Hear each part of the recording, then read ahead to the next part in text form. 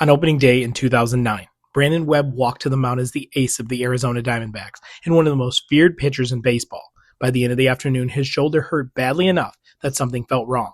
Nobody knew those 4 innings would be the last innings he'd ever throw in the major leagues. That's what makes Brandon Webb one of the biggest what-ifs in baseball history. Not because he showed flashes of greatness, because he had already become great. For years, Webb was the kind of pitcher hitters hated seeing on the schedule. His sinker was relentless. Everyone in the stadium knew it was coming, and hitters still pounded ball after ball into the ground. Double plays piled up. Pitch count stayed low. Entire games seemed to move at Webb's pace.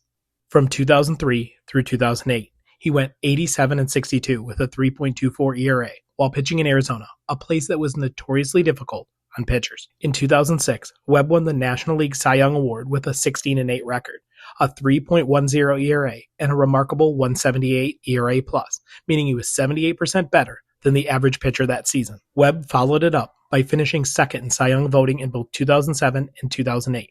In 2008, he won 22 games and looked like he was entering the absolute peak of his career.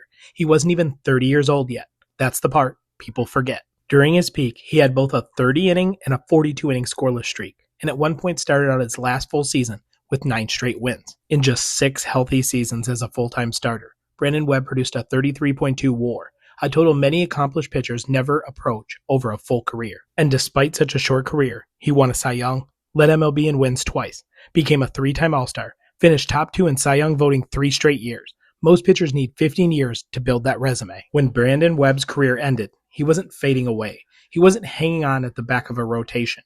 He was still one of the best pitchers in baseball. His career ERA plus finished at 142, higher than Hall of Famers like Tom Glavine and John Smoltz. He led the league in complete games, innings pitched, WAR, and shutouts during different points of his career.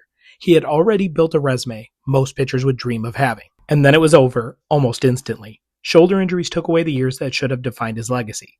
The Hall of Fame conversations never had a chance to fully begin. Instead, baseball fans are left wondering what the next decade could have looked like if Brandon Webb had stayed healthy. Because for a brief stretch of time, he wasn't just excellent. He looked like a pitcher who was on his way to becoming unforgettable.